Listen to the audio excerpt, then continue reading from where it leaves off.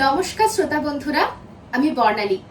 আপনাদেরকে স্বাগত জানাই অন্ধকারের গল্পকথার সেই অচেনা অন্ধকারে, যেখানে প্রতিটি ছায়ার আড়ালে লুকিয়ে থাকে অজানা আতঙ্ক, আর প্রতিটি নীরবতাই যেন ফিসফিস করে বলে দিয়ে যায় কোনো না বলা রহস্যের কথা। তাহলে প্রস্তুত হন, চারপাশের আলো নিভিয়ে মনকে স্থির করে প্রবেশ করুন অন্ধকারের গভীরে। শুরু হচ্ছে আজকের গল্প। আপনারা পুরো গল্পটা শুনে কমেন্ট করে বলে যান গল্পটা কেমন লাগলো। আর পুরো গল্পটাই কিন্তু আপনাদেরকে হেডফোনে শোনার অনুরোধ রইল। তাহলে তাড়াতাড়ি লাইক বাটনটা চাপুন আর শুনতে শুরু করুন আমাদের আজকের নিবেদন। কলকাতার শ্রাবণ মানেই এক অন্তহীন জলছবি। আজ বিকেলটাও তার ব্যতিক্রম নয়। হ্যারিসন রোডের ওপর আমাদের সেই পুরনো আমলের তিনতলার ঘরটিতে তখন এক মন্থর নিস্তরঙ্গ শান্তি বিরাজ করছে। বাইরের জগৎটা বৃষ্টির চাদরে ঢাকা পড়ে গেলেও ঘরের ভেতরকার স্তব্ধতা যেন এক অন্য জগতের ইঙ্গিত দিচ্ছে। জানলার কাঠের খড়খড়িগুলো ঈষৎ খোলা, আর সেখান দিয়ে আসা ভিজে বাতাসের ঝাপটা ঘরের গুমোট ভাবটাকে সরিয়ে দিয়ে এক লোনা মাটির সোঁদা গন্ধ ছড়িয়ে দিচ্ছে। বাইরে একঘেয়ে ঝমঝমিয়ে বৃষ্টি পড়ছে, কখনো তা তীব্র গর্জনে ফেটে বিদ্যুৎ ঝলকানি, আবার কখনো একটানা একঘেয়ে সুরে ঝরছে হালকা বর্ষণ। ভালো করে শুনলে হয়তো কানে আসবে রাস্তার পিচ ঢালা বুক চিরে ট্রামলাইনের চাকা সশব্দে এগিয়ে যাচ্ছে, আর সেই শব্দের সাথে মিশে যাচ্ছে কদাচিৎ কোনো রিকশাওয়ালার টুংটাং বেল আর বৃষ্টির ঝাপটায় বিপর্যস্ত পথচারীর দ্রুত পায়ের শব্দ। হ্যারিসন রোডের এই ব্যস্ততা আজ বৃষ্টির তোড়ে কিছুটা যেন ঝিমিয়ে পড়েছে। ঘরে এখনো লণ্ঠন জ্বালাবার সময় হয়নি। ঘড়ির কাঁটা সন্ধ্যের সংকেত দেয়নি ঠিকই, কিন্তু মেঘলা আকাশের গুরুগম্ভীর রূপ আর বৃষ্টির ঘন ছায়ায় অন্ধকারটা যেন সময়ের অনেক আগেই ঘরের কোণে কোণে বাসা বেঁধেছে। আলমারির পাল্লায় বা দেওয়ালের ক্যালেন্ডারের ওপরে সেই আবছা অন্ধকার এক মায়াবী রূপরেখা তৈরি করেছে। বইয়ের তাক থেকে পুরনো কাগজের গন্ধ আর বাইরের বৃষ্টির শীতলতা মিলেমিশে এক অদ্ভুত পরিবেশ তৈরি করছে। জানলার কাঁচের ওপর বৃষ্টির বিন্দুরা একে অপরের সাথে মিশে গিয়ে আঁকা বাঁকা জলরেখা তৈরি করছে। আমার প্রাণপ্রিয় বন্ধু ব্যোমকেশ তখন তার সেই পুরনো আরামকেদারায় গা এলিয়ে দিয়ে চোখের ওপর একটা হাত রেখে শুয়ে আছে, আর আমি জানলার ধারে বসে পুঁটিরামে দিয়ে যাওয়া চায়ের কাপে চুমুক দিচ্ছি। ওর অবশ্য চায়ের পিয়ালা আগেই এক চুমুকে খাওয়া শেষ হয়ে গেছে। ওরা এমন আলস্যের কারণ অবশ্য একটাই, অনেকদিন যাবৎ হাতে কোনো নতুন কেস নেই। তবে মাঝে একটা দুটো কেস এসেছিল, কিন্তু সেগুলো এতটাই সহজ এবং নগণ্য যে আমার বন্ধু সেটা বাড়িতে বসেই সমাধান করে ফেলেছে। উপযুক্ত বুদ্ধিদীপ্ত অপরাধী না পাওয়ার জন্য সে এখন একটু উদাসীন। আমাদের সামনের টেবিলের ওপর তখন ছড়িয়ে ছিটিয়ে আছে কিছু পুরনো নথিপত্র আর একটা আদ্যিকালের পিতলের নস্যির ডিবে, আর এই নস্যির ডিবিটি একটি বড় অপরাধের সাথে যুক্ত। ব্যোমকেশ হঠাৎ চোখ না খুলেই একটা কথা বলে উঠল। বুঝলে ভায়া, এই দুনিয়ায় মানুষের সব থেকে বড় দুর্বলতা হলো তার স্মৃতি। মানুষ ভাবে সে যা দেখছে তাই ধ্রুব সত্য, কিন্তু সত্য আসলে লুকিয়ে থাকে সেই দৃশ্যের পেছনে থাকা ছায়ায়। আমি হালকা হেসে বললাম, হঠাৎ এত দার্শনিক কথা কেন? ওই মাস্টারি খুনের মামলাটার কথা ভাবছো নাকি? আমার কথা শুনে সে একটু নড়ে চড়ে বসল, তারপর পকেট থেকে একটা সিগারেট বার করল। সেটা ধরিয়ে একটা শুকটান দিয়ে ধোঁয়া ছেড়ে বলল, হ্যাঁ, তুমি একদম ঠিক ধরেছ। ওই যে স্কুলের প্রধান শিক্ষক মশাইয়ের ঘর থেকে অমূল্য এনসাইক্লোপিডিয়াটা চুরি হয়ে গিয়েছিল, আর সবাই ভেবেছিল ওটা বাইরের কোনো পেশাদার চোরের কাজ। আসলে রহস্যটা ছিল অতি সামান্য। চোর বাইরে থেকে আসেনি, চোর ছিল খোদ স্কুলের দপ্তরে। সে জানতো যে প্রধান শিক্ষক মশাই রোজ বিকেল 4টে জানালার পর্দা টেনে 5 মিনিটের জন্য ঘুমান। সেই 5 মিনিটেই খুনি পাশের ড্রেন পাইপ দিয়ে উঠে জানলার শিক আলগা করে কাজটা সেরেছিল। কিন্তু তার অপরাধ ধরা পড়ল কেন জানো? তার হাতের নস্যির গন্ধে। প্রধান শিক্ষক মশাইয়ের টেবিলে পড়ে থাকা ধুলোর ওপর নস্যির গুঁড়ো আমি লক্ষ্য করেছিলাম, আর সেই একই নস্যি খুনি ব্যবহার করত। সত্য অনেক সময় নস্যির গুঁড়োর মতোই আমাদের চোখের সামনেই থাকে, শুধু দেখার চোখ লাগে, বুঝলে বন্ধু? ওর কথা শুনে আমি সামান্য হাসলাম, তারপরে বললাম, তাই জন্যই তো তুমি সত্যান্বেষী, আমি নই। আমি কিন্তু মন্ত্রমুগ্ধের মতো ওর কথাগুলো শুনছিলাম। ব্যোমকেশ যখন তার পুরনো কেসগুলো বিশ্লেষণ করে, তখন মনে হয় জীবনটা একটা মস্ত বড় দাবার ছক। ওর তীক্ষ্ণ পর্যবেক্ষণ আর ইস্পাত কঠিন যুক্তির সামনে যে কোনো চতুর অপরাধীও একসময় হার মানতে বাধ্য। সে আবার বলতে শুরু করলো, মানুষ অপরাধ করে অভাব থেকে বা স্বভাব থেকে, কিন্তু খুনের বেলায় থাকে কেবল ক্রোধ আর ভয়। ওই দপ্তরিকে যখন আমি ধরলাম, সে কেবল কাঁপছিল, তবে অভাব ছিল না, ছিল স্রেফ সংগ্রাহকের লোভ। ঠিক যেমনটা আমরা দেখেছিলাম সেই রক্তমুখী নীলার কেসে। হ্যাঁ, সেটা অবশ্য ঠিক। আর আমি বুঝতে পারি না মানুষের লোভ এতটা বেশি হয় কি করে যে সে একটা অপর মানুষকে শেষ করে দিতে দুইবারও ভাবে না। সেই জন্যই তো এটাকে শ্রীকৃষ্ণ ঘোর কলিযুগ বলেছেন। তবে অপরাধীদের মনস্তাত্ত্বিক উন্নতি যে এই যুগে ঘটেছে, সেটা আর তোমায় বলে দিতে হবে না আশা করি। আমার বিশ্বাস, সময় যত যাবে অপরাধের ধরন ধীরে ধীরে আরও পরিবর্তন হবে। সাধারণ হিরেচুরি কিংবা হালকা খুনের কেসের বদলে আমাদের কাছে তখন বড় বড় কেস আসবে, এটা আমার বিশ্বাস। ব্যোমকেশের কথাটা শেষ হওয়ার আগেই ঘরের কোণে রাখা আমাদের টেলিফোনটা ক্রিং ক্রিং শব্দ করে বেজে উঠল। আমি মনে মনে ভাবছি, এই ভর দুপুরে আবার কে ফোন করবে? ওর মক্কেল তো বেশিরভাগ সময় বাড়িতে এসেই কেসের দায়িত্ব দেয়।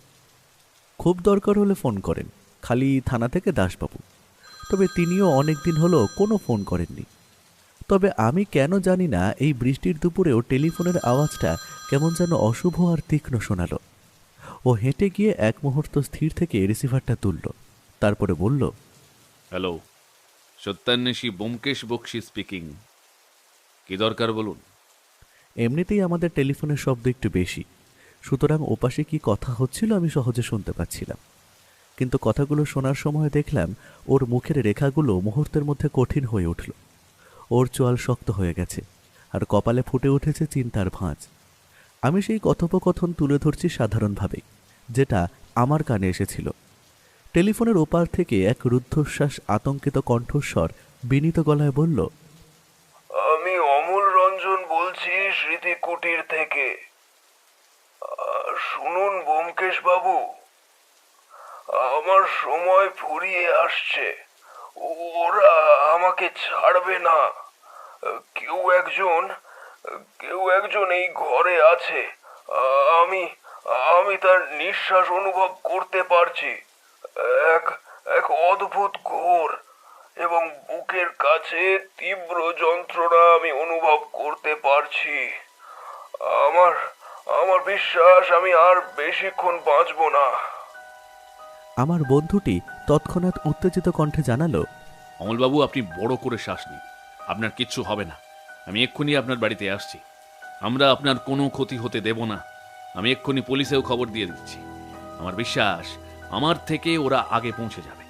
আর আপনার বাড়ির স্মৃতিকুটির নামটা আমার পূর্ব পরিচিত, সুতরাং আমার ঠিকানায় পৌঁছতে সময় বেশি লাগবে না। আপনি বরং এক্ষুনি ঘরের দরজাটা বন্ধ করার চেষ্টা করুন। ফোনের মধ্যেই আমি বুঝতে পারলাম অমল রঞ্জন বাবু একটু হাঁপাচ্ছেন, গলার স্বর ক্রমশ ক্ষীণ হয়ে আসছে। আমার মন বলছে ওনার হয়তো সময় ফুরিয়ে এসেছে। তিনি আবার কাঁপা কাঁপা কণ্ঠে বললেন, না, দরজা তো ভেতর থেকেই বন্ধ, কিন্তু ওই শব্দটা, এই এই সুরটা নতুন সুর, আবার ওটা বাজছে। আমি আর কথা বলতে পারছি না। বুকটা যেন ছিঁড়ে যাচ্ছে যন্ত্রণায়। যদি আমার মৃত্যু ঘটে তবে জানবেন এটা স্বাভাবিক নয়। আপনি আমার পাণ্ডুলিপির ওই পঞ্চম পাতাটা। হঠাৎ টেলিফোনের ওপার থেকে একটা অদ্ভুত হিসির শব্দ শোনা গেল, যেন বাতাসের কোনো প্রবল স্রোত রিসিভারের গায়ে আছড়ে পড়েছে।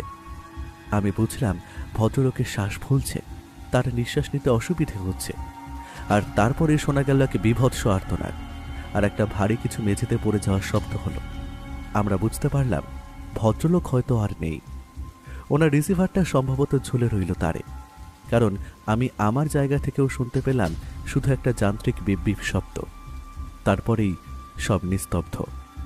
ব্যোমকেশ কয়েক মুহূর্ত পাথর হয়ে দাঁড়িয়ে রইল। ওর হাতে তখনও রিসিভারটা ধরা। আমি ওর পাশে গিয়ে দাঁড়ালাম। কি হলো? ভদ্রলোক মনে হচ্ছে আর নেই। শব্দ শুনে যা বুঝলাম, আমাদের তো দ্রুত ওনার বাড়ির উদ্দেশ্যে রওনা হওয়া উচিত। সে ধীর পথে রিসিভারটা নামিয়ে রাখল। ওর চোখ দুটো তখন জ্বলছে। অমল রঞ্জন মুখোপাধ্যায়, প্রখ্যাত সেই ভাষাবিদ, তিনি আর নেই। ফোনের ওপারেই লোকটার মৃত্যু হল নিঃশব্দে, অথচ কি নিদারুণ যন্ত্রণায়। এমন বিখ্যাত মানুষের মৃত্যু যে এইভাবে ঘটবে আমার ভাবতেই কেমন একটা লাগছে। তবে মৃত্যুর আগে তিনি জানিয়েছেন যে ওনার এই মৃত্যু স্বাভাবিক নয়। তিনি হয়তো কোনো সুরের কথা বলছেন, আর একটা পাণ্ডুলিপির উল্লেখ করলেন যার পঞ্চম পাতাটি বলেই থেমে গেলেন। আর একটু জানতে পারলে হয়তো ভালো হতো। ওর কথা শুনে আমি শিউরে উঠলাম। ফোনের ওপারে শুনলেও ব্যাপারটা আন্দাজ করতে সময় লেগে গেছিল আমার। আমি বললাম, বলছো কি? ফোনের ওপরে মৃত্যু? ও দ্রুত পাঞ্জাবিটা গায়ে চড়াতে চড়াতে বলল, হ্যাঁ, তিনি আগেই জানতেন কেউ তাকে মারতে চাইছে। অমলবাবু বলছিলেন কেউ একজন তার ঘরে আছে, অথচ ঘর ভেতর থেকে বন্ধ। এই রহস্য কেবল খুনের নয়, এ এক অসম্ভব রহস্য, যুদ্ধের আভাস। ওই যে পাণ্ডুলিপির পঞ্চম পাতার কথা বলে গেলেন, সেখানেই কোনো বড় রহস্য লুকিয়ে আছে। তার জন্যই হয়তো ভদ্রলোককে এইভাবে চলে যেতে হলো। এখন আমাদের কি করণীয়? আমি তৈরি হয়ে গেছি। তুমি যতক্ষণ তৈরি হবে, আমি ততক্ষণে দাসবাবুকে ফোন করে জানিয়ে দিই যে পুলিশ ফোর্স এবং অ্যাম্বুলেন্স নিয়ে যেন সেই বাড়িতে আগেই পৌঁছে যান। যদি ভদ্রলোকের শরীরে কোনোভাবেও প্রাণ থাকে, আমাদের তাকে বাঁচাতে হবে। তবে আমার বিশ্বাস সেটার সম্ভাবনা খুবই কম। যাই হোক, তুমি তৈরি হও, আমি ফোনটা করি। তারপর রাস্তায় নেমে ট্যাক্সি ধরে পৌঁছে যাব ওনার বাড়িতে। বাইরে তখন বৃষ্টির বেগ আরও বেড়েছে। হ্যারিসন রোডের রাস্তায় তখন হালকা জল জমেছে। আমি তৈরি হতে হতেই শুনতে পেলাম আমার বন্ধু ফোন করে দাসবাবুকে তাড়াতাড়ি সেখানে পৌঁছতে বলল। আমি তৈরি হয়ে বেরিয়ে আসতেই ব্যোমকেশ তার ছাতাটা আর টর্চটা হাতে নিয়ে দরজার দিকে এগোলো। আমার ছাতাটা আগের দিন গেছে। আমি রাস্তায় নেমে তড়িঘড়ি ওর ছাতায় আশ্রয় নিতে গেলাম। সে একটু টিপ্পনি কেটে বলে উঠল, এর জন্য বলি তোমায় একটা নতুন ছাতা নাও। পয়সা তো কম রোজগার করছো না হে নবীন লেখক। পরের বার থেকে আমার ফুটো ছাতায় আসার চেষ্টা করবে না কিন্তু, বলে দিলাম। বই গেছে আমার, তোমার ওই ফুটো ছাতায় আমার ঢোকার কোনো ইচ্ছে নেই। তবে তুমি ভেজো। বলে ততক্ষণে সে একটু জোরেই হাঁটতে শুরু করেছে। ততক্ষণে আমাদের সামনে একটা ট্যাক্সি এসে দাঁড়াতেই আমরা তাতে উঠে বসলাম। সত্যি ব্যোমকেশের পা টানার স্বভাবটা আর গেল না। এখন বড় গুরু দায়িত্ব কাঁধে, বুঝলে ভায়া। তুমি আমায় একদম বিরক্ত করবে না, বুঝলে। অমল রঞ্জন বাবু মরবার আগে তার মৃত্যু রহস্যের তদন্তের ভার আমাকে দিয়ে গেছেন। স্মৃতিকুটিরে আজ এক অতৃপ্ত আত্মার চিৎকার আমরা শুনতে পাবো, আর সেটা তোমার ঘাড় মটকালে আমায় কিন্তু কিছু বলবে না। গাড়িতে ওঠার সাথে সাথেই বুঝতে পারলাম কলকাতার রাস্তাগুলো যেন আজ এক অচল প্রেতপুরী। আসলে মেঘলা আবহাওয়া এবং ঝিরঝিরি বৃষ্টিপাতের জন্য চারিপাশ অন্ধকার হয়ে আছে। চারদিকে বৃষ্টি ভেজা পিচ রাস্তা আর ধুলোর কটু গন্ধ, সব মিলেমিশে একাকার। তবে আমরা কিন্তু ভেবেছিলাম এমন দিনে লোকজন বাড়ি থেকে বাইরে কম বেরোবে। এ তো দেখি তার উল্টো। আজ রাস্তায় এতটা জ্যাম হবে তা কল্পনারও বাইরে। ট্রামের টুংটাং ঘণ্টার শব্দ, ভিক্টোরিয়ার সামনে সারিবদ্ধ ঘোড়ার গাড়ি, রাস্তায় হলুদ ট্যাক্সি নিয়ে ব্যস্ত বৃষ্টি ভেজা কলকাতা শহর। আমাদের গাড়ির ড্রাইভার ঘন ঘন হর্ন দিচ্ছে, কিন্তু সেই শব্দ সামনের বাসের ধোঁয়ার কুণ্ডলিতে হারিয়ে যাচ্ছে। রাস্তার দুধারে ফুটপাথে মানুষের ছাতার সমুদ্র, সবাই যেন এক অজানিত তাড়নায় ছুটছে। ভায়া ট্যাক্সির জানলা দিয়ে বাইরে তাকিয়েছিল। আমি বুঝলাম সে হয়তো চারপন্নায় চিন্তিত। সে হয়তো ভাবছে রঞ্জনবাবু এখনো জীবিত আছেন কিনা। আসার সময় আমরা পুলিশকে ফোন করেই বের হয়েছি, সুতরাং আমাদের আগে আশা করি তারাই পৌঁছে যাবেন। প্রায় আধ ঘন্টার পথ 1 ঘন্টায় পার করে যখন আমরা রাসবিহারী এভিনিউয়ের এক নির্জন গলির মোড়ে পৌঁছলাম তখন আরও বেলা হয়ে এসেছে, আর সেই গলির একদম শেষ প্রান্তে দাঁড়িয়ে আছে একটা পেল্লায় বাড়ি, যার ফটকে লেখা আছে স্মৃতিকুটির। এ বাড়ি এক কথায় বললে বলা চলে পুরনো ধাঁচের তৈরি। এমনিতেই বর্ষার সময়, তাই বৃষ্টির জল পেয়ে এত বড় বাড়িটা সম্পূর্ণ ভিজে গেছে। তবে জায়গায় জায়গায় দেওয়ালে পলেস্তারা খসে পড়েছে, আর গায়ে শ্যাওলার কালচে দাগ ঠিক যেন মানচিত্রের মতো ফুটে উঠেছে। বড় লোহার গেটের একদিকের পাল্লা কিছুটা ঝুলে আছে। বাগানটা আগাছায় পূর্ণ, আর এক কোণে দাঁড়িয়ে থাকা একটা পুরনো বটগাছ ডালপালা বিস্তার করে বাড়িটাকে যেন আষ্টে পৃষ্ঠে জড়িয়ে ধরেছে।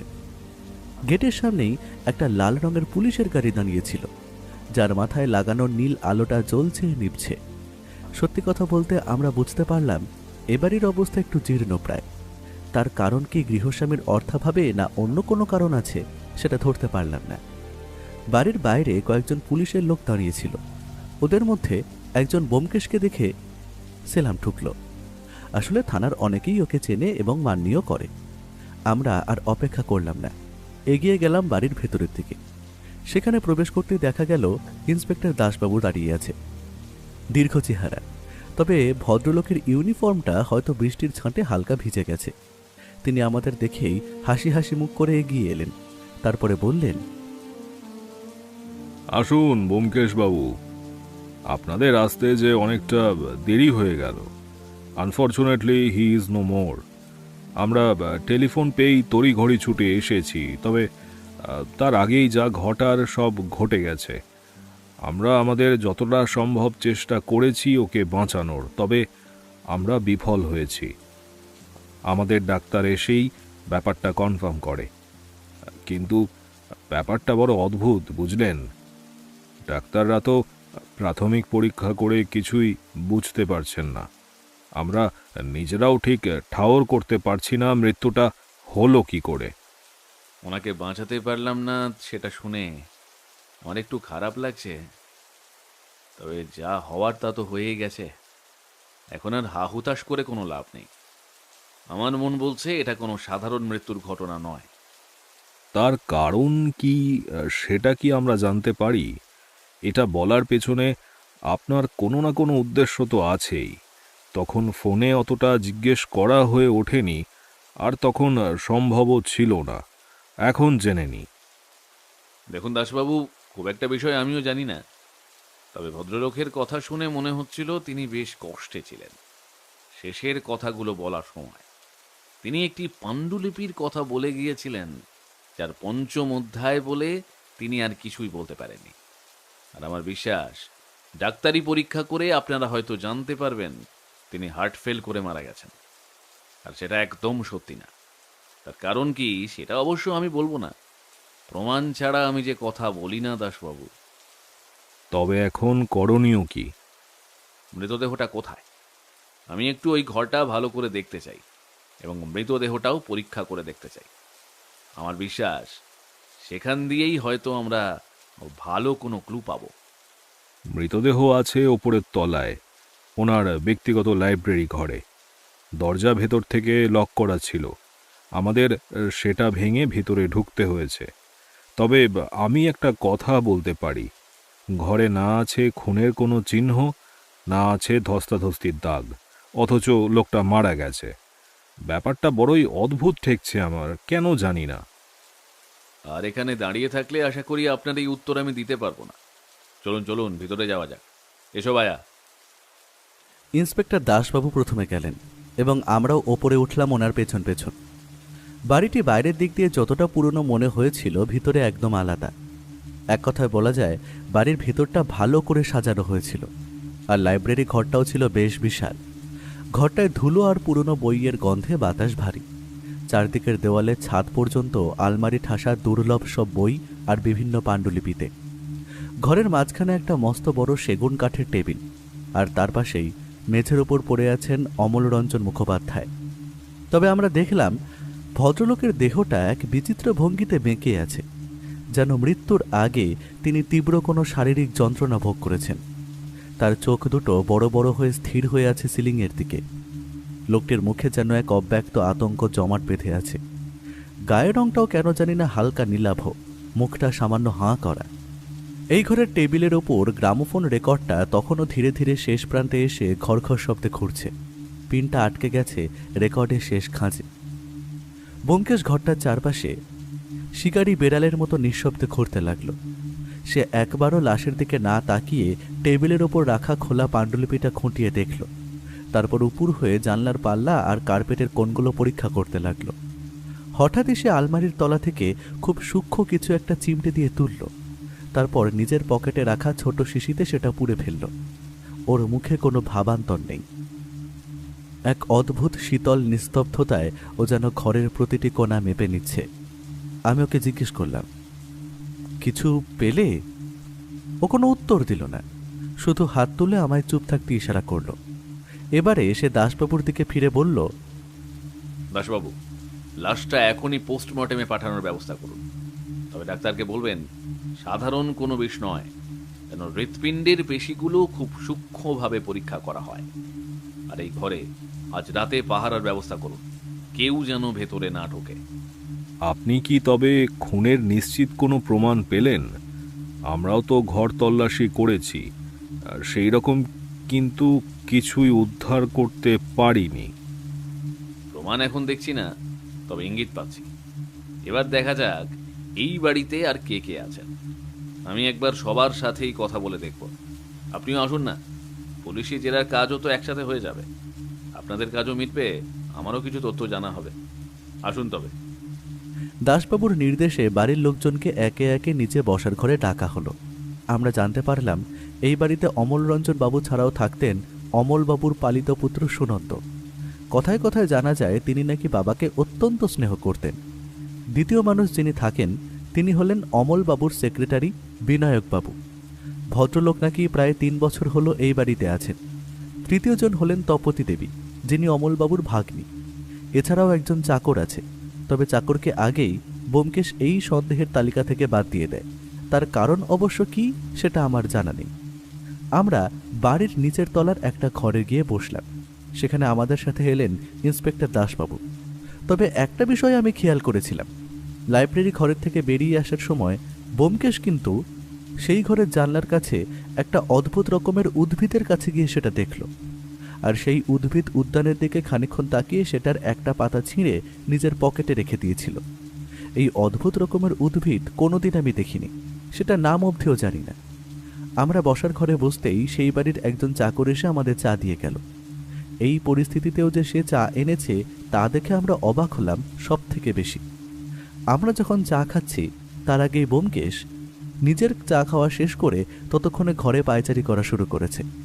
আমরা বসেছি ঘরের মধ্যে। তখন একজন মধ্যবয়স্ক লোক এসে বাইরে থেকে বললেন, আমি কি ভিতরে আসতে পারি?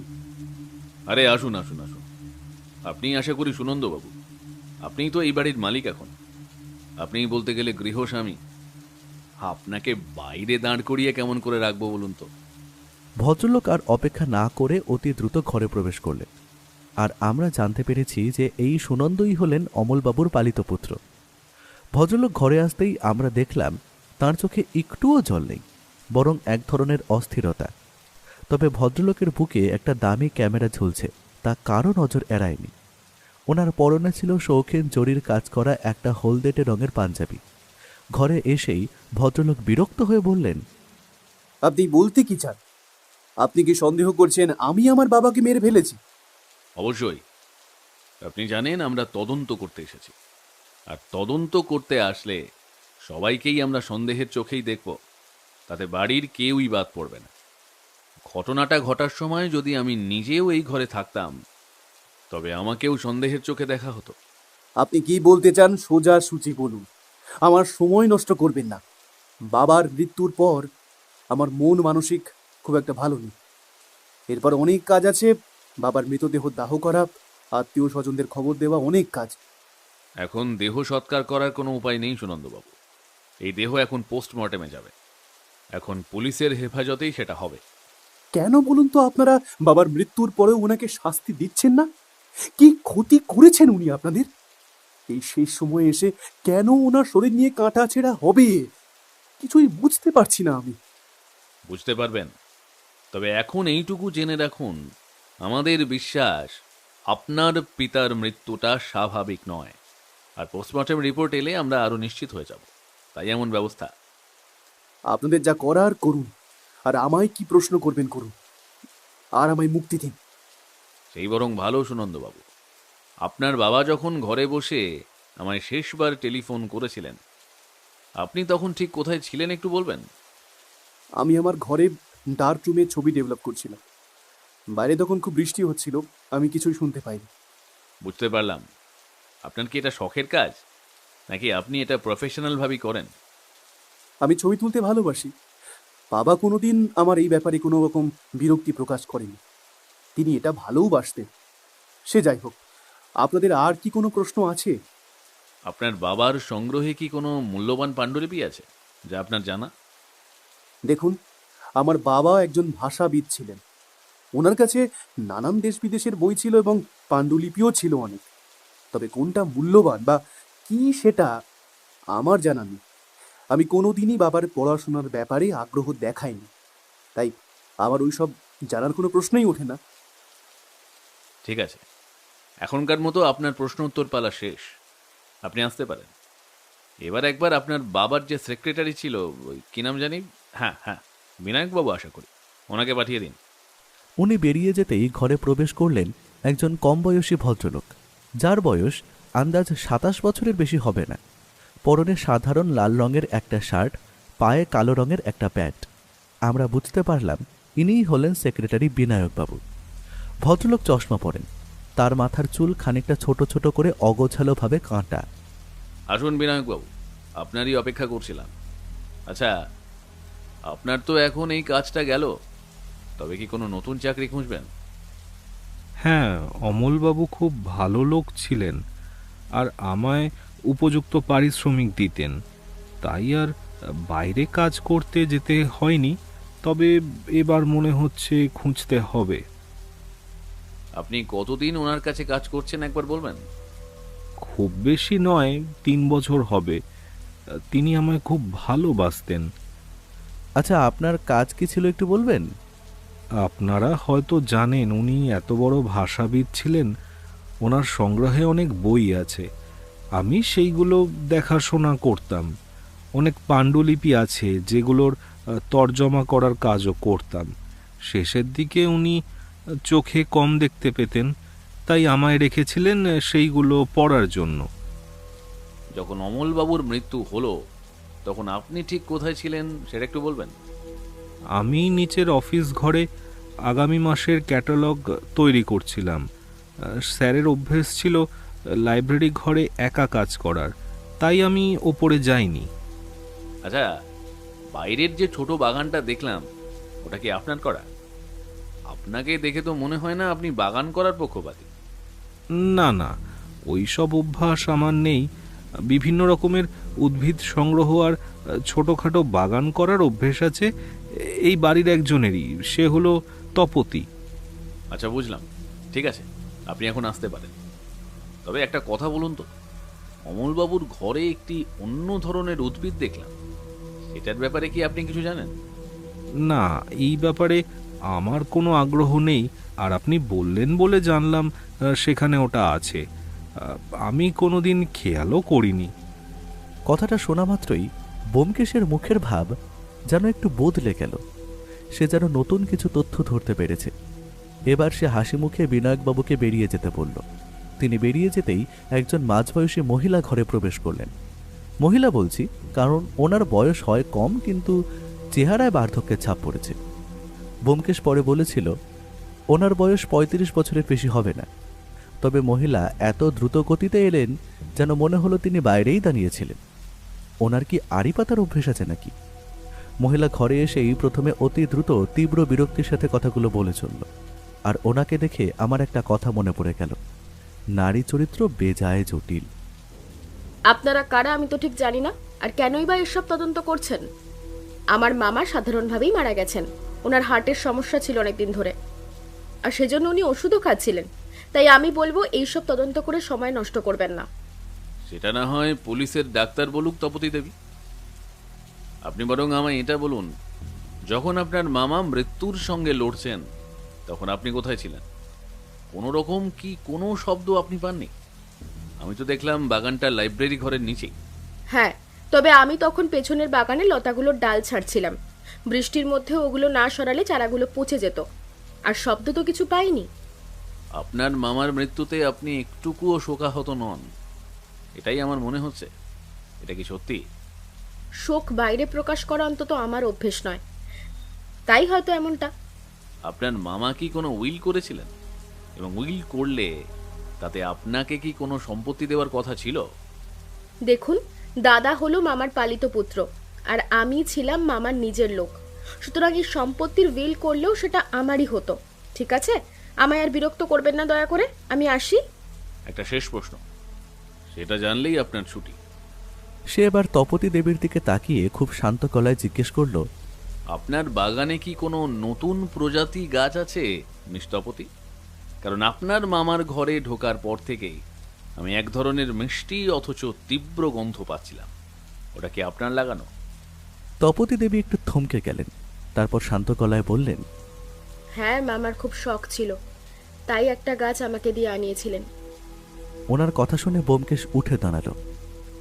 আজকের মতো এটুকুই থাক দাসবাবু, কাল সকালে পোস্টমর্টেম রিপোর্ট পাওয়ার পর আবার কথা হবে। ভায়া চলো। আমরা আর অপেক্ষা করলাম না, তাড়াতাড়ি বেরিয়ে পড়লাম সেই বাড়ি থেকে। দাসবাবু আমাদের নিজের জিপে করে বাড়ি পৌঁছে দিলেন। এখন মোটামুটিভাবে বলা চলে বৃষ্টিটা একটু কমেছে। আমরা ঘরে প্রবেশ করতেই পুঁটিরাম আমাদের চা দিল। এই চাটার অবশ্য দরকার ছিল। এক চুমুক দিতেই মাথাটা একটু শান্ত হলো। সেই রাতে ওকে বেশ চিন্তিত দেখলাম আমি। ও বারবার ঘরের মধ্যে পায়চারি করছে এবং অদ্ভুত ভঙ্গিতে বারবার বলছে, সুর সুর সুর। সুরটা যে কিসের সেটা তো আমরা সকলে জানি, কিন্তু ওই গ্রামোফোনের সুর কিভাবে কারো মৃত্যুর কারণ হয়ে উঠতে পারে সেটা আমি ঠিক বুঝতে পারলাম না। ও একের পর এক সিগারেট জ্বালিয়ে চলেছে দেখে আমি ওর উদ্দেশ্যে জিজ্ঞেস করলাম, আচ্ছা একটা কথা বলো তো, বাইরের কোনো লোক কি এই খুনের সাথে জড়িত? দেখো, আমার মতে বাড়ির সদর দরজা কিন্তু সবসময় খোলা থাকে, আর গেটে কোনো দারোয়ানও নেই। অপরদিকে বিনায়কবাবু জানান তিনি কোনো বইয়ের প্রুফিংয়ের কাজ করছিলেন। সুনন্দবাবু নাকি ফিল্ম ডেভেলপের কাজ করছিলেন, আর আমরা সবাই জানি ওই কাজে ডার্ক রুম দরকার হয়। সুতরাং তার তো কোনো বিষয়ে ধ্যান থাকবে না। আর সবশেষে আসে তপতী দেবী। তিনি যে বাগানে ছিলেন তাতে আমার কোনো সন্দেহই নেই। ওনার পায়ে হালকা মাটি এবং গায়ে বিভিন্ন জায়গায় পোশাকে গাছের ছোট ছোট পাতা লেগেছিল। সুতরাং তিনি সত্যি কথাই বলছেন। তুমি বলতে কি চাইছো খোলসা করে একটু বলো তো। মানে একটাই, খুবই সহজ। কোনো অজ্ঞাত লোক সেই সময় সবার ব্যস্ততাকে কাজে লাগিয়ে ঘরে প্রবেশ করে এবং অমলবাবুকে খুন করে। অজিত, তুমি এতটা বোকা কেন বলো তো? আমরা যখন আজ ওই বাড়িতে পৌঁছাই তখন দাসবাবু আমাদের কি বলেছিলেন মনে করো? কি আবার বলছিলেন? এত তাড়াতাড়ি ভুলে গেলে চলবে? দাসবাবু বলেছিলেন ভদ্রলোকের ঘর ভিতর থেকে বন্ধ ছিল এবং পুলিশ সেই ঘরের দরজা ভেঙে অমলবাবুর মৃতদেহটি উদ্ধার করে। সোজা কথায় বলতে গেলে তার মানে অমলবাবু নিজেই ঘর লক করে কাজ করছিলেন। কেউ যদি ঘরে প্রবেশও করে থাকে তবে সে ঘরের ভিতর দিয়ে ম্যাজিক জানা থাকলেও উড়ে যেতে পারবে না আশা করি। তুমিও না মাঝে মাঝে এমন বোকা বোকা কথা বলো বন্ধু, মাঝে মাঝে আমার তোমাকে দেখে সন্দেহ হয় তুমি সত্যি রহস্য উপন্যাস লেখো কিনা। তার মানে বলছো স্মৃতিশক্তি একটু দুর্বল হয়েছে, তাই তো? কি বলো, তবে ডাক্তারটা দেখিয়ে আসবো নাকি একটু? আমার কথা শুনে ও যেন কেমন একটু উত্তেজিত হয়ে উঠল। তারপর আমার দিকে হাসি হাসি মুখ করে তাকিয়ে বলল, ধন্যবাদ ভাইয়া, তুমি ডাক্তার কথাটা বলে যে আমার কত বড় উপকার করলে তা তুমি নিজেই জানো না। আমি অমলবাবুর ঘরে টেবিলের ওপর ওনার একটি প্রেসক্রিপশন দেখেছিলাম ডক্টর ধীরাজের চেম্বারে। আর আমার বিশ্বাস ডক্টর ধীরাজ একজন হার্টের ডাক্তার এবং অমলবাবু ওনার কাছে চিকিৎসা করাতে যেতেন। আমরা কাল সকাল সকাল ঘুম থেকে উঠেই ডাক্তারবাবুর চেম্বারের দিকে রওনা হব। একটু আগেই যাব, কারণ আগে গেলে হয়তো তাড়াতাড়ি কাজটা মিটে যাবে। এই যে বলছিলে আমার নাকি স্মৃতিশক্তি দুর্বল হয়ে যাচ্ছে, এখন বলো এই ক্লুটা হঠাৎ না বললে কোথায় তুমি খুঁজে পেতে এটা? ওটা দিচ্ছ বন্ধু, তুমি তো আমার ওয়াটসন, তোমাকে ছাড়া কি আর কেস সলভ চলে? সেই দিন রাতে আমার ঘুমটা এলো একটু দেরিতে। তার কারণ অবশ্য একটাই, আমিও এই কেসটা নিয়ে একটু ভাবছিলাম, তবে বেশি দূর অগ্রসর হতে পারিনি। ওটা না হয় ব্যোমকেশের ওপরেই থাক।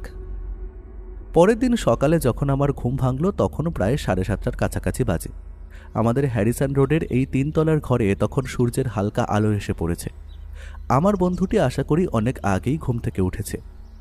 আজকাল ও খুব সকাল সকাল ওঠে, তার সাথে শরীরচর্চা করে এবং মনঃসংযোগ করে। সেটার ফল সে হাতে নাতে পাচ্ছে, এও আমায় জধিয়েছে। সে বলে রোজ সকালে উঠে শরীরচর্চা করলে শরীর তো ভালো থাকেই, অপরদিকে মনঃসংযোগ করলে মাথাটাও খোলে এবং মাথা ঠান্ডা রাখে। তবে সেটা পরীক্ষা করে দেখার অবকাশ আমার ঘটেনি, কারণ আমি সর্বদাই একটু অলস প্রকৃতির। আমি দেখলাম ব্যোমকেশ তখন চায়ের কাপ হাতে নিয়ে স্তব্ধ হয়ে বসে আছে। ওর সামনে টেবিলের ওপর রাখা সেই ছোট শিশিটি, যার ভেতরে লাইব্রেরি ঘরের আলমারির তলা থেকে পাওয়া সেই সামান্য বস্তুটি রাখা। আমি খবরের কাগজটা হাতে নিয়ে দেখলাম সেখানে অমলরঞ্জন মুখোপাধ্যায়ের আকস্মিক মৃত্যুর খবরটা ছোট করে এক কোণে ছাপা হয়েছে। পুলিশ একে আপাতত হৃদরোগ বলেই চালিয়ে দিচ্ছে। আসলে এমন বড় বামের মানুষের মৃত্যুর খবর যে কাগজে বেরোবে সেটা আমি জানতাম। আমার মনে একটা প্রশ্ন তখন ঘোরাঘুরি করছিল। আমি আর অপেক্ষা না করে প্রশ্নটা করেই ফেললাম।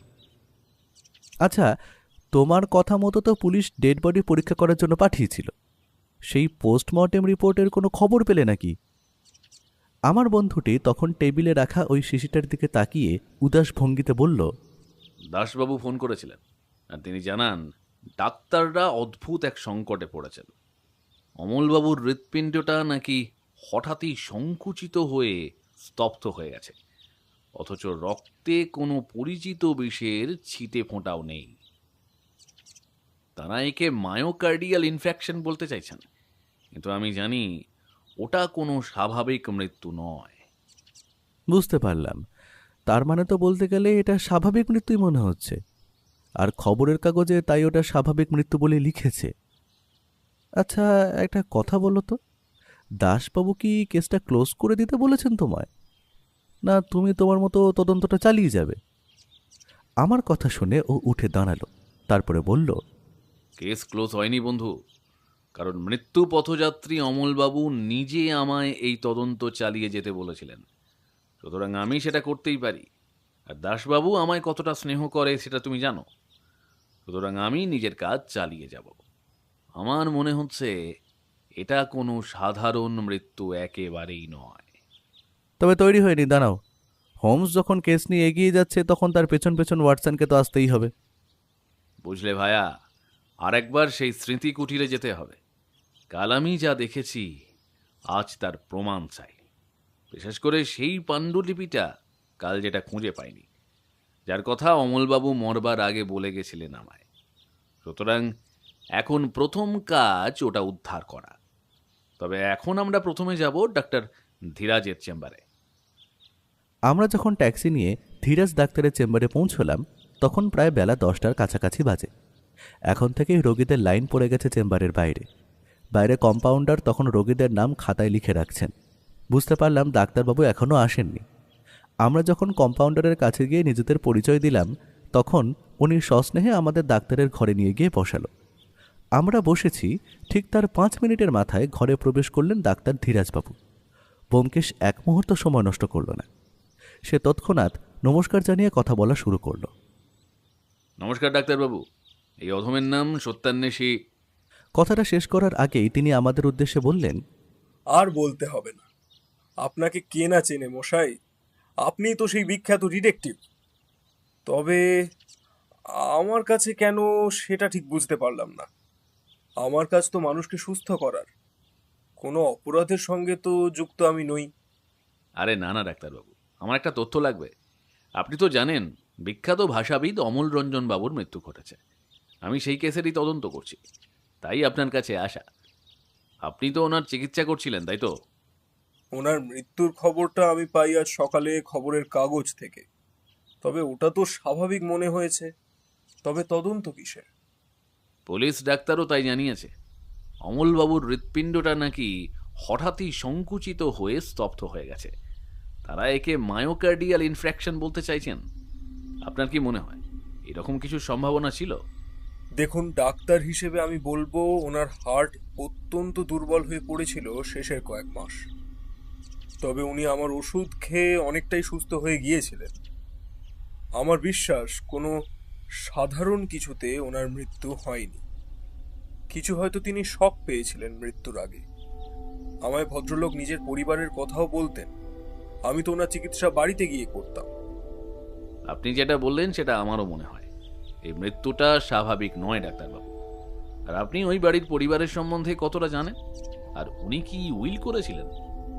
আমার বিশ্বাস অমল উইল করেছিল, এবং সেই উইল সে নিজে কোথাও লুকিয়ে রেখেছিল। আমায় সে আগেও চুপি চুপি বলেছিল উইলের কথা। উইলে সে নিজের পালিত পুত্রকে সম্পত্তির অর্ধেক দিয়ে যেতে চেয়েছিল। আসলে সুনন্দ নিজের ছেলে নয়, সুতরাং ওর ভালো মন্দ হলে তার সব সম্পত্তির ভাগ পেত ওর ভাগ্নি। আর ভাগ্নিটা শুনেছিলাম কোন একটা মস্তানের সাথে প্রেম ভালোবাসা করেছিল। পরে সে ওকে ছেড়ে চলে যায় বিয়ের পর। তারপর থেকেই সে মামার কাছে আছে। আর সুনন্দকে আপনারা যতটা সহজ ভাবছেন ততটা সহজ সে নয়। মার্কেটে ওর অনেক টাকার দেনা আছে। সম্পত্তি পেলে তার ওই সব দেনা শোধ হবে। সুতরাং আমি বলবো আপনি তদন্ত চালিয়ে যান। ধন্যবাদ আপনাকে ডাক্তারবাবু। আপনি এতগুলো তথ্য দিয়ে আমাকে অনেক উপকার করলেন। আর একটা শেষ প্রশ্ন আপনাকে করতে চাই। অবশ্যই অবশ্যই। আচ্ছা, এমন কি হতে পারে অমলবাবুর মতো দুর্বল হার্টের মানুষের কোনো সুর বা শব্দের জন্য মৃত্যু ঘটতে পারে? কারণ ভদ্রলোক মৃত্যুর আগে আমায় এক অদ্ভুত সুর শুনতে পাচ্ছিলেন বলছিলেন। আমি সেটার ওপর জোর দিচ্ছি তাই। হ্যাঁ, হতে পারে। আমরা সঙ্গীতের অনেক সুর জানি না, আর কিছু কিছু সুর এত শ্রুতিকটু হয় তা দিয়ে মানুষের হার্টকে দুর্বল করা যেতে পারে। তবে অমল তো চাইলে সেই সুর বন্ধও করে দিতে পারত। অনেক ধন্যবাদ ডাক্তারবাবু। আপনার অনেকটা সময় নষ্ট করলাম। আমি আমার উত্তর পেয়ে গেছি। আপনি আপনার রোগীদের সময় দিন, আমি ততক্ষণ আমার অপরাধীদের সময় দিই। ভবিষ্যতে যদি কোনো দরকার হয় আমাকে জানাতে একদম ভুলবেন না কিন্তু। আমরা কথাটা বলি ডাক্তারবাবুর চেম্বার থেকে বেরিয়ে আসি। আমি বুঝলাম ও কোনো নতুন তথ্য আবিষ্কার করেছে, তবে সেটা আমায় বলবে না। আমরা আবার ট্যাক্সিতে উঠে বসলাম। গন্তব্য স্মৃতিকুটির। যখন আমরা স্মৃতিকুটিরে পৌঁছলাম তখন বাড়ির পরিবেশ আরও বেশি থমথমে। বাড়ির কর্তা চলে গেলে যা হয় আর কি। তবে বাইরে এখনও যে কেন পুলিশ পাহারা রাখা আছে সেটা তো বুঝতে পারলাম না। তবে কি দাসবাবু ঠিক করেছেন এই তদন্তটা তিনিও এখনও চালিয়ে যাবেন? ও পুলিশের অনুমতি নিয়ে সোজা চলে গেল লাইব্রেরি ঘরে। ঘরটি এখন সিল করা, কিন্তু আমাদের ভেতরে ঢোকার অনুমতি আছে। ওর অপেক্ষা না করে লাইব্রেরিতে রাখা থরে থরে বই এবং পাণ্ডুলিপির মাঝখানে কিছু যেন খুঁজতে লাগলো। আমি বুঝলাম সে ওই পাণ্ডুলিপিটা খুঁজছে যার ৫ম অধ্যায়ের কথা উল্লেখ করেছিলেন অমলবাবু। কিন্তু সেই রকম কোনো বই আমরা পাইনি আলমারির তাকে। কিন্তু টেবিলের নিচে চোখ ফেলতেই আমরা উদ্ধার করি একটা পুরনো আমলের পাণ্ডুলিপি। ও টেবিলের নিচ থেকে পাওয়া সেই প্রাচীন পাণ্ডুলিপিটি হাতে নিল। আমি দেখলাম এটা পাল শাসনের সময়ের জিনিস, আর সেটা পাল যুগের সেই ভূর্জপত্র যা এখন হলদে হয়ে গেছে। সে খুব সাবধানে পাতাগুলো উল্টাতে লাগলো। ১, ২, ৩, ৪ এবং হঠাৎই সে থেমে গেল। ৪ নম্বর পাতার পরেই সরাসরি ৬ নম্বর পাতা। মাঝখানে সেই ৫ নম্বর পাতাটি বেমালুম গায়েব। তার মানে ভদ্রলোক মৃত্যুর আগে ৫ নম্বর অধ্যায় না ৫ নম্বর পাতার কথা উল্লেখ করেছেন। ও আমার উদ্দেশ্যে বলল, দেখলে, অমলবাবু ফোনে ঠিকই বলেছিলেন। এই ৫ম পাতাটাই ছিল এই পাণ্ডুলিপির মূল বিষয়বস্তু। ওই পাতায় এমন কিছু ছিল যার জন্য খুনিকে অতটা ঝুঁকি নিতে হয়েছে। আমার বিশ্বাস এই পাতাটা সরানো হয়েছে অমলবাবুর মৃত্যুর পর। এখন দেখা যাক বাড়ির কেউ জানে কিনা সেই পাণ্ডুলিপির ব্যাপারে। চলো, আরও একবার বাড়ির সবাইকে জেরা করতে হবে। এবার বাইরের পুলিশের লোকটিকেও সাথে নিয়ে আসতে হবে, কারণ বাড়ির লোক এবার কথা বলতে নাও পারে। ও পুরো লাইব্রেরি ঘরটা আবার খুঁটিয়ে দেখতে লাগলো। সে এবারে নজর দিল জানলার গড়াদের উপরে। জানলার শিকগুলো খুব যত্ন করে পরীক্ষা করতে করতে সে হঠাৎই নিচু হয়ে কার্পেটের একটা অংশ খুঁড়তে শুরু করলো। সেখানে কিছু ছোট ছোট প্লাস্টিকের দানা আর তামার তারের অতি সূক্ষ্ম কণা পড়েছিল। সে বিড়বিড় করে বলল, গ্রামোফোন, উচ্চ কম্পাঙ্ক, আর এই তার। যদি আমার চিন্তা সত্যি হয় তবে আমি অনেকটা কাছে চলে এসেছি। ভায়া, ওই গ্রামোফোনটা তোলো তো, ওটা নিয়ে যেতে হবে। বাড়ির কেউ আপত্তি করলে বলবে দাসবাবু বলেছেন, এবং পুলিশ জিনিসটা দেখতে চাইছে। আমি গ্রামোফোনটা নিয়ে বগল দাবা করে বেরিয়ে এলাম। জিনিসটা পুরনো দিনের, তাই বেশ ভারী। সেটা আমি পুলিশ লোকটার হাতে বাইরে আমাদের জন্য দাঁড়িয়ে থাকা ট্যাক্সিতে তুলে দিয়ে ফিরে এলাম। ঘরে ফিরে এসে দেখি ব্যোমকেশ তখন একে একে বাড়ির সদস্যদের আবার ডাকলো, তবে একজন একজন করে না, একসাথে সবাইকে। সবাই চুপচাপ যখন বসে আছে তখনও প্রশ্ন করল। সুনন্দবাবু, আপনি বললেন কাল রাতে আপনি ডার্ক রুমে ছবি ডেভেলপ করছিলেন। আপনি কি অমলবাবুর ওই গ্রামোফোন রেকর্ডটা তখনও কোনো আওয়াজ শুনতে পেয়েছিলেন? সুনন্দ একটু আমতা আমতা করে বলল, আগে না, আমি তো শুধু আলোকচিত্রই নিয়েই থাকি। ওসব গ্রামোফোনের আওয়াজ শুনলেও কাল খেয়াল করিনি। আর হ্যাঁ, বাবা সেটা রোজ শুনতেন। আপনি কি ফিল্ম ডেভেলপ করা ছাড়াও যন্ত্রপাতি সারাতে পারেন? হ্যাঁ পারি, তবে খুব একটা করি না। আমি লিখেছিলাম সেই কাজ, তবে খুব একটা করে ওঠা হয় না। সেই কাজ করার জন্য অবশ্য জিনিস খারাপ হতে হয়, সেটা তো এই বাড়িতে অতি সহজে হয় না। ব্যোমকেশ এবার বিনায়কবাবুর দিকে ঘুরল। বিনায়কবাবু, আপনি অমলবাবুর সাথে 30 বছর আছেন। আমার হাতের যে পাণ্ডুলিপিটি দেখছেন এটা চেনেন আশা করি। এই পাণ্ডুলিপির 5 নম্বর পাতায় কি ছিল আপনি নিশ্চয়ই জানতেন আশা করি। আপনারা কিন্তু এবার সীমা ছাড়িয়ে যাচ্ছেন।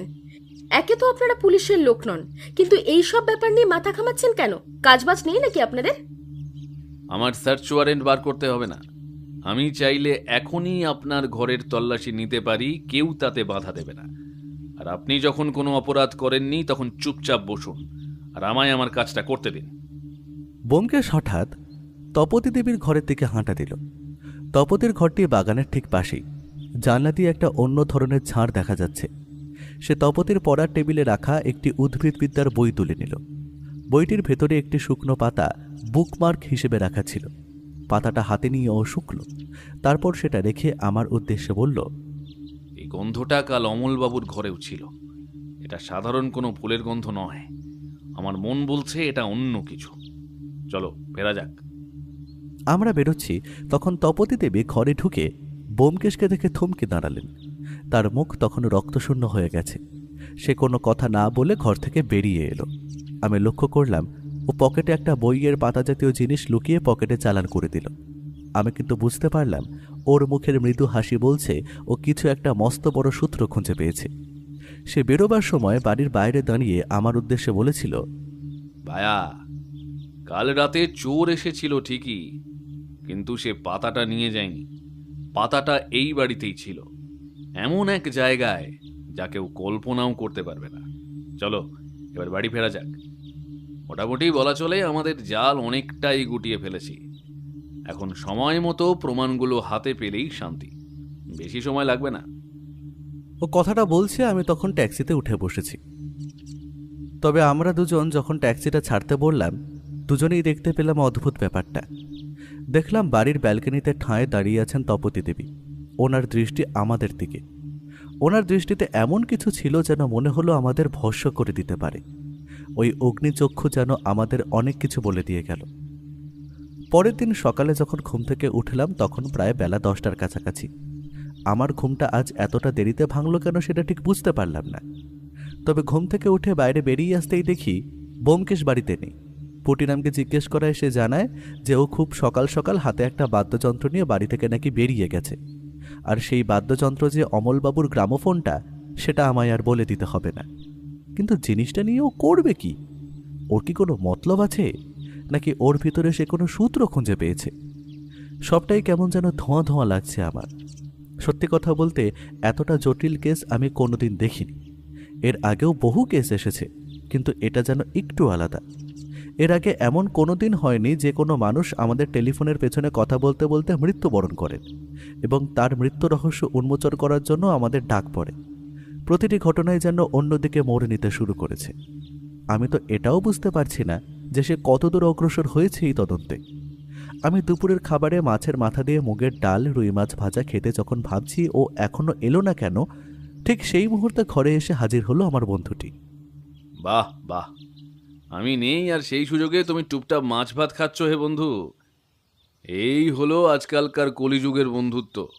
একজন খেটে খেটে বেড়াচ্ছে আর অন্যজন বেশ আয়েশ করে পায়ের ওপর পা দুটো তুলে মাছের মাথা চেবুচ্ছে।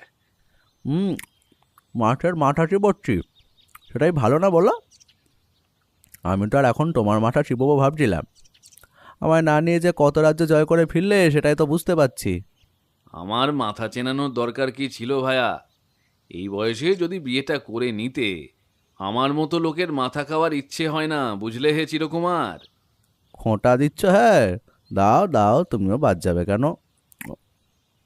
বৌঠান থাকলে সেও ওই নিয়ে আমায় বলে, আজ তুমিও? তবে বিয়েটা করেই ফেলো না। পাগল না পেট খারাপ?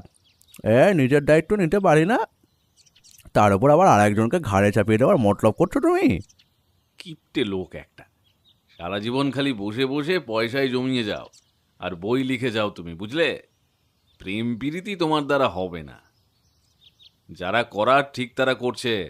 বলতে কি চাও তুমি? হ্যাঁ, কাকে আবার প্রেম করতে দেখলে তুমি? আছে আছে, স্মৃতি কুটিরের ভিতরেই আছে। আর এই রহস্যের একদম দোরগোড়ায় পৌঁছে গেছি বন্ধু।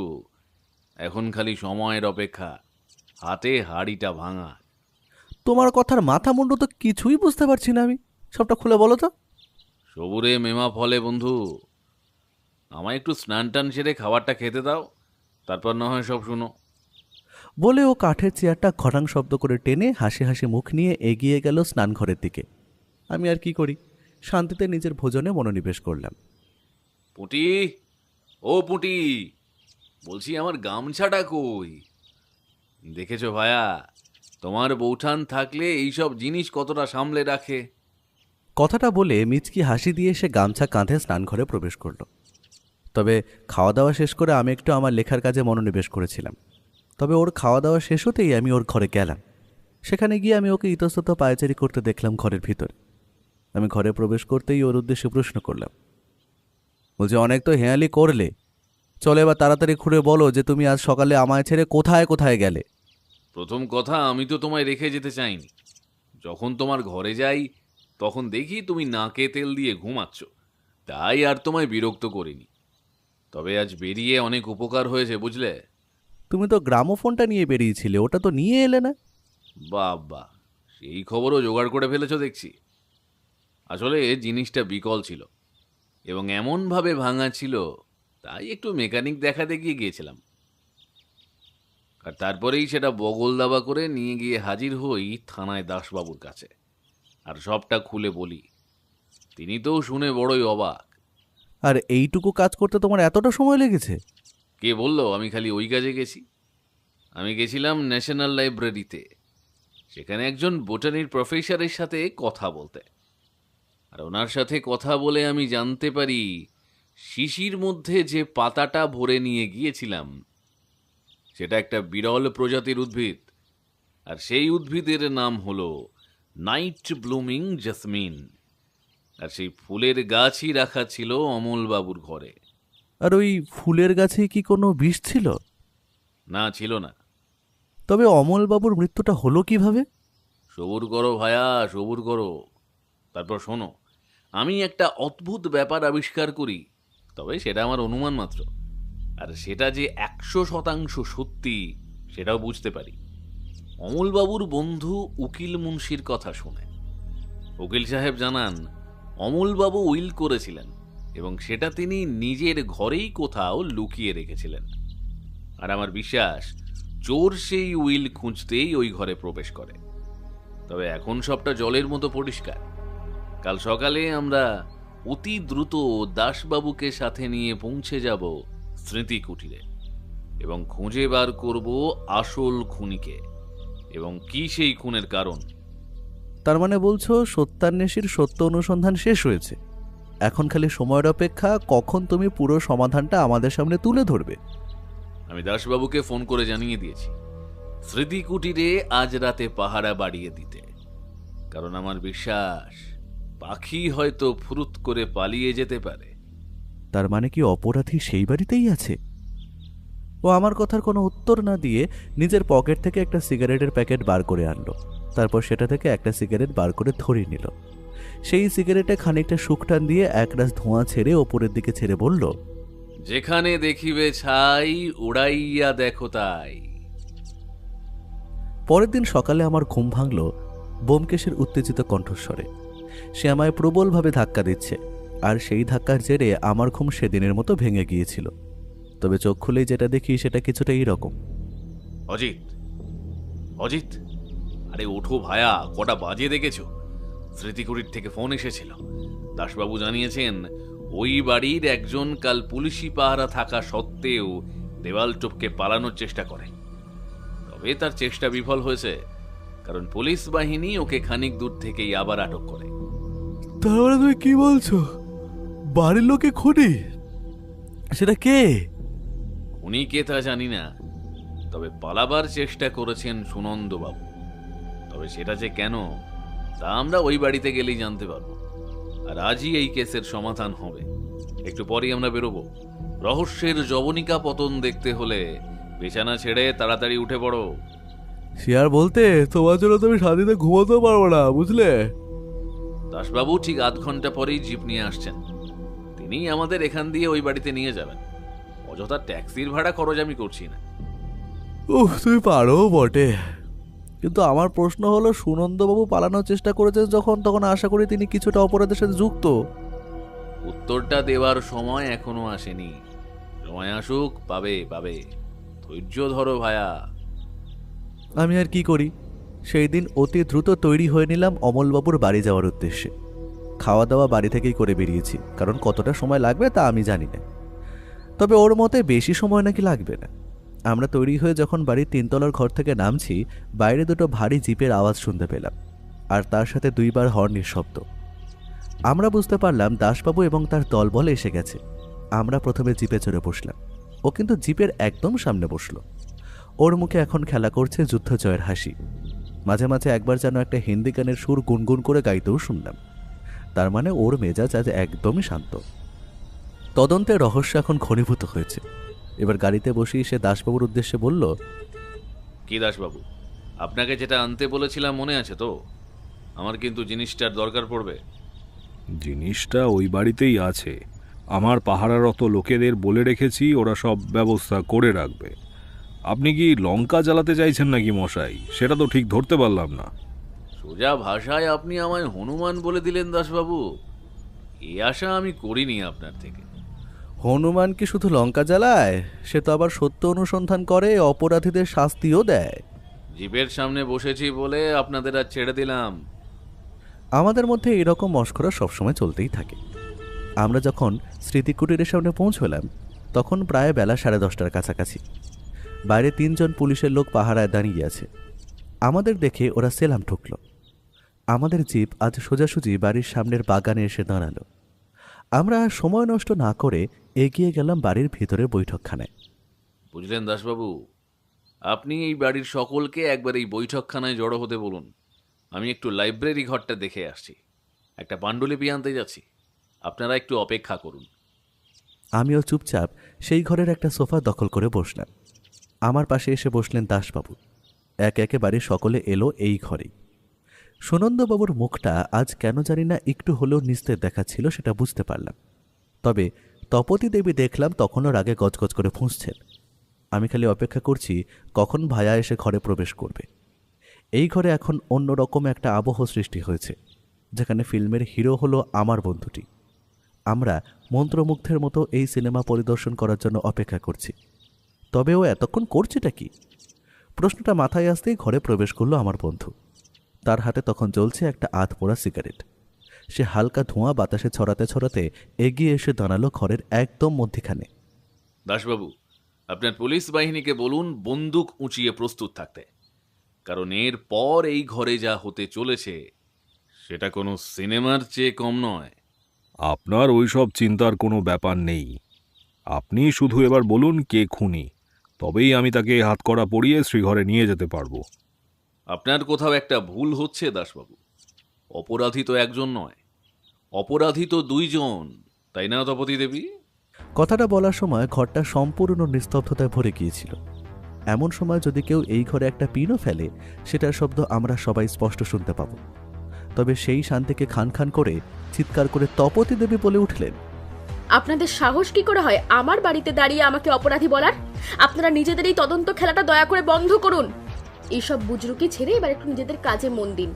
আমার কাজ সত্য অনুসন্ধান করা তপতী দেবী, আর এই বাড়িতে সত্য কিছু ঘটেনি।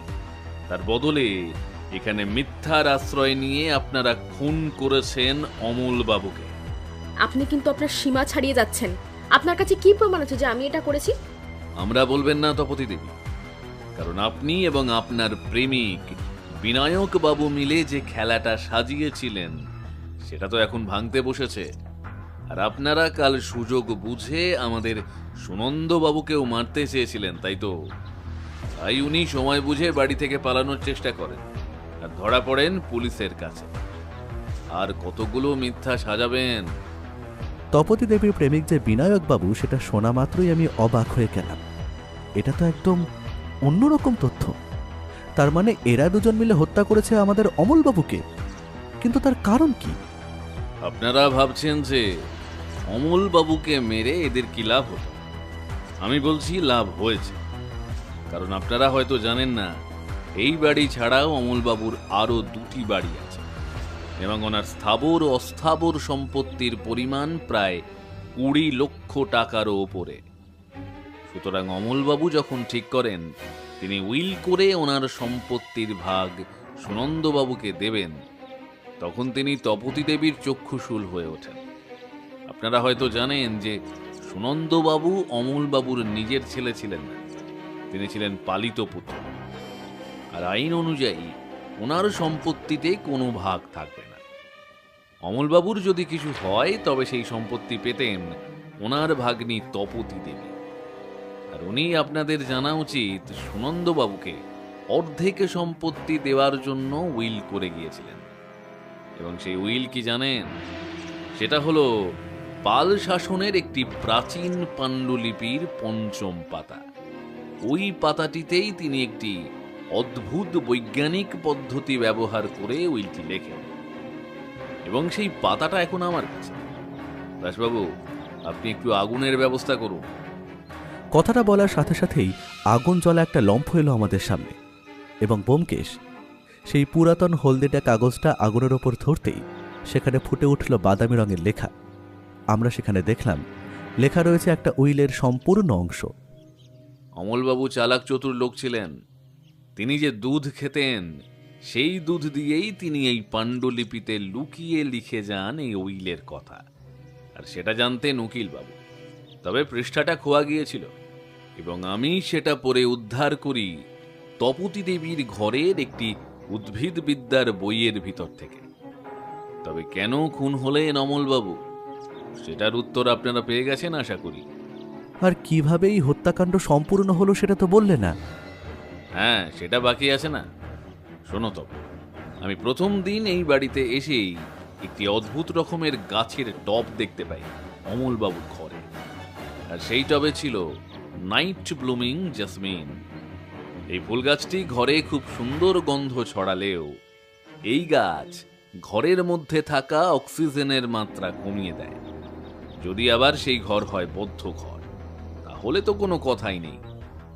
আমাদের তপতী দেবী নিজের মামার ঘরে এই গাছটির একটি টব রেখে যান, কারণ উনি জানতেন অমলবাবুর হার্ট বেশ দুর্বল।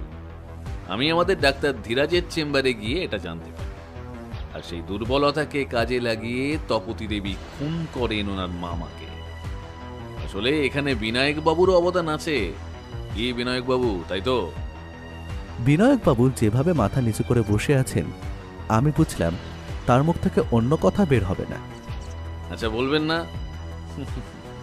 তবে আমি বলি কেমন? আসলে বিনায়ক বাবু যে একজন সাউন্ড ইঞ্জিনিয়ার সেটা আমি পরে জেনেছি। উনি এখানে চাকরি করলেও ওটাই ওনার আসল পেশা। উনি সাউন্ডের বিষয়ে অনেক কিছু জানতেন এবং জানতেন একটি তীব্র ঘর্ষণের মতো শব্দ, যা সাউন্ড ধরুন 150 থেকে 200 ডেসিবেল হয়, সেটি যদি একটি বন্ধ করে চালানো যায় আর সাথে ঘরের অক্সিজেনের মাত্রা কম থাকে, তবে একজন দুর্বল হার্টের মানুষের হার্ট ফেল করা ছাড়া আর কোনো উপায় থাকবে না। আর আপনারা হয়তো জানেন মানুষ 70 ডেসিবেলের ওপর সাউন্ড সহ্য করতে পারে না। সুতরাং অমলবাবুর ক্ষেত্রে ওটাই অস্ত্র হয় ওনাদের। আর আর এইভাবেই মৃত্যুবরণ করেন আমাদের অমূল রঞ্জন বাবু।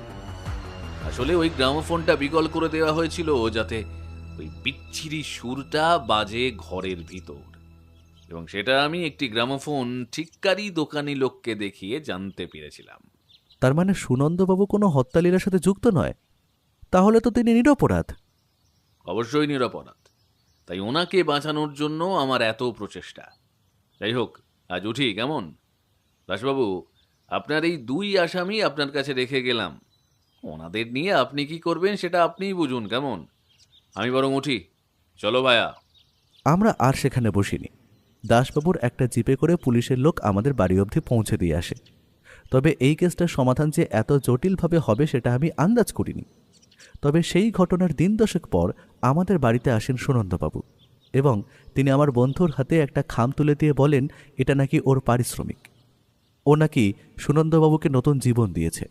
আর সবথেকে বড় কথা, ওই খামে ছিল ওর জন্য একটা মোটা অঙ্কের টাকা, এবং সেটা দিয়ে আশা করি ও 3 মাস শুয়ে বসে কেটে যাবে।